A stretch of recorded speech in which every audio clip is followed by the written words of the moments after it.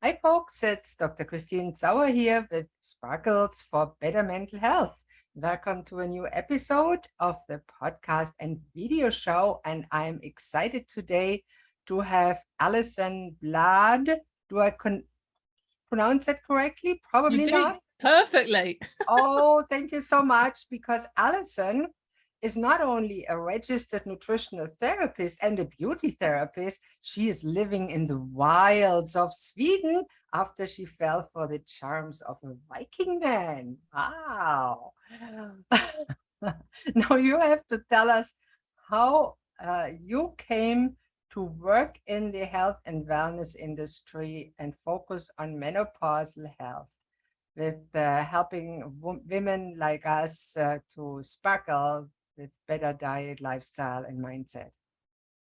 Yeah, my story actually started when I was a teenager because I had, when I was growing up, I had acne. I had very bad skin.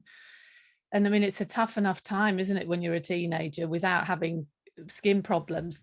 And that really led me into the interest in hormones, because even at such a young age, I kind of realized that I didn't just want to take medication, that there must be some other way. So I really started to look into it and think about what I ate, exercising, and everything, even at a young age. And that's what really pushed me into studying to become an esthetician, so a beauty therapist initially, because I wanted to learn more about the skin and why this had happened to me. And because of my interest and fascination for hormones, this really led me into the client group of women that had hormonal skin issues. So the majority of my clients were perimenopausal, menopausal women, because you can actually develop acne because of the hormone fluctuations and changes. You can develop that in later life, plus many other skin issues. But I very soon realized that it wasn't enough just to treat the body from the outside. You had to work on it from the inside. And that's when I went back to university and studied to be a nutrition. I studied nutritional science and studied to be a nutritional therapist. And ever since then, I've been working with menopausal, perimenopausal women to support them, to coach them through this difficult period in their time with nutritional programs and advice depending on what they need. And I think my fascination also was not only with to do with hormones and skin, it was also to do with, I really remember my like mother and grandmother and all their like female friends when I was growing up having, my mother, we used to have hot flashes, but as a kid, I didn't really understand what that was. And I'd say to her, are you okay? What's going on? And she'd just be like, oh, no, we don't talk about these things, just brush it under the carpet. But it fascinated me because nobody helped these ladies and they were really suffering. So I've kind of made it my mission to support women through this time period and really get rid of the stigma attached to menopause. Yeah, it's not that we get crazy when we go in menopause, and those hot flashes are not in our imagination. It's really true. We get suddenly hot and then the whole body gets drenched.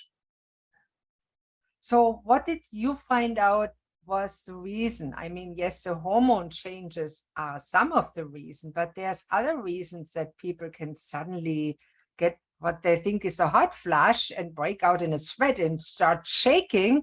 That really has to do more with the sugar levels, right? Yeah, it's quite interesting when you look at the research, because we still don't really fully understand the reasons why we get hot flushes. It's kind of as if the body's thermostat has just gone a bit out of control due to the decline in estrogen and progesterone. But absolutely, I totally agree with you with blood sugar balance. That is that's so crucial in general, but it's really crucial through perimenopause and menopause. And also anxiety and stress, that can bring on hot flushes. Absolutely. If you're really overwhelmed or worried about something, that can stimulate hot flushes events. But it's to do with the body's thermostat being a bit out of whack because of all the declining and the hormones. They're not in perimenopause. Your hormones like a roller coaster, isn't it? They're not just declining. They're all over the place. Yeah, it seems like the thermostats are all broken and they spin around in circles and mix up, and it doesn't work properly until everything comes back to calming. So you said about stress and menopause. What do you think? Why are women in menopause affected by stress differently or more than women at other stages of their life?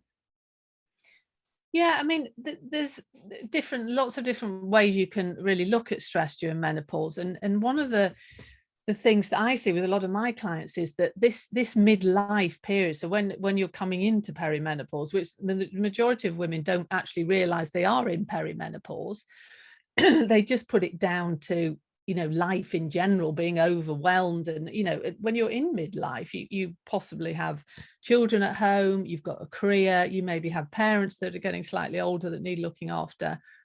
There's a lot to do. So you're already quite stressed. And then on top of that, you start developing these symptoms of perimenopause. And that can just really escalate the stress and the stress response. And one of the stress hormones in particular, called cortisol, that can really become unbalanced during perimenopause and menopause, and that can lead on to other issues like going back to raised blood sugar levels, etc. So And I the think it's acne, that one of it is the acne around the nose. lifestyle, Yes. yeah, Cortisol lifestyle produces factors, and acne. also hormones. So many people have those pimples around the mouth in menopause, and that are caused by hormones and the cortisol, because they both mimic male hormones and can produce those acne. And when you go to the doctor, they often give you some pills or some creams, and they don't really solve the problem. And some women put cosmetics on it so much that alone produces even more pimples. It makes it so worse. So what can they do to balance their skin and mood and stress with lifestyle and food? Yeah, there's so many things that you can do naturally to really, you know, work with your skin and your mood, because the what we call the happy hormones, like your dopamine, your oxytocin, etc., they're really affected as well during perimenopause because of the decline in estrogen. We need estrogen to keep these hormones in balance. So what you really need to think about doing, if we talk about the nutrition side first, is, you know, I'm a really big believer is to work on the gut health first, you know, work on improving digestion and how you absorb foods. Because a lot of the time people, when they have maybe acne or breakouts on the skin, it comes from the gut. So, and also, you know, you have to think when you're going into perimenopause, estrogen is really, we have estrogen receptors all over the body, including in the gut, and the gut integrity is compromised because of the decline in estrogen. So you might find that your gut health deteriorates, and, you know, you maybe have diarrhea, or you're constipated. Your microbiome, which is the gut bacteria, which really helps us, our immune system and gut brain health is really affected. So one thing, talking about gut health, is you really want to work on probiotics, which are good bacteria. It's the bacteria we want in the gut. And that you can gain through eating fermented foods like sauerkraut, kimchi, kefir, which is a fermented yogurt, kombucha is a drink. And in these products, in these foods, they have all these wonderful, like good bugs that we want in our gut. And that can really help to balance the gut and make you feel better in general. I mean, there's a lot of research to back that up about the gut microbiome. So really getting in those sort of foods and eating all lovely green leafy vegetables, all the fibers, because not only do these little bugs, you know, they like that the natural foods that we eat, they need what we call prebiotics. And prebiotics are the foods that the good bugs like. So it's a bit like tending a garden, you know, you have to feed these bugs so they thrive there. So really looking after gut health. And then one key thing as well is removing highly processed refined foods and sugars, going back to blood sugar balance, how detrimental that is, you know, to our health in general, but especially as you go into perimenopause, because research is saying that we have a higher tendency to become insulin resistant when we have lower estrogen levels, and that basically means that your body can't maintain blood sugar balance, and your blood sugar may be raised, and that leads to many things like weight gain and mood swings, and you know, it's not good for your health in general. So eating a good diet, reducing sugar, more of what we call a Mediterranean style diet. This has actually again been shown to have really good effects on health, and it's all your lovely healthy fats and oils, avocados, olive oil, fish, white meats, and nuts and seeds, etc. So there's so much. I could talk about nutrition for hours. There's so many wonderful things you can do nutritionally wise. And then lifestyle is key, is stress management. And I know everyone's really, you know, they hear that all the time, don't they? They'll manage your stress, but it really is so important during perimenopause, because it does make your symptoms worse, like hot flashes, anxiety, concentration, brain fog. Finding a way that you can manage your stress levels, because, you know, I say to my clients, you know, it's not realistic to go and tell you to do an hour's yoga or go and meditate for an hour, because most people don't have that time, and it becomes another stress moment. Taking 10 minutes a day to go for a walk, sit outside, drink a cup of tea, just something where you can switch off. I'm a big believer in breathing techniques as well, that really help to, you know, calm the body down and get your body back in a more relaxed state. So they're some of the tips that I would give, but there's loads more as well. I'm absolutely convinced of that. Now, you touched on the weight gain that often happens, or the problems with weight loss that even more commonly is encountered when women are in midlife. Now, sometimes it's imaginary because they're not really overweight, but most of us are actually a little bit or a lot overweight. And I know a lot about it. I was at some point 315 pounds myself. So it's hard to lose weight. It's even harder to keep it off. Why is it so hard in menopause? And what do you tell women that come to you and say, I want to lose weight, I'm in menopause, but somehow I eat less and I can't release the weight? Yeah, it's a very tricky area, and it's an area that, like you say, Christine, it's not for everyone, but it's very, very common in midlife. And it's really, there's so many different aspects to it that you really have to look at and find out, you know, what is going on. When I work with clients, I work with a functional medicine model, so I really get to the root cause of what is going on. It's like peeling back the layers of an onion, you know, and seeing there's so many aspects to weight gain in midlife, and again, it's an area that we don't fully understand yet. But what I tend to do with my clients is first of all, you know, talk to them and say that in general, never mind the menopause, as we age, you know, the aging process, our metabolism and our metabolic system does slow down. So really what you ate when you were younger, like the portion size, you actually can't eat that amount when you get older because of the metabolic rate. You don't burn that energy like you used to.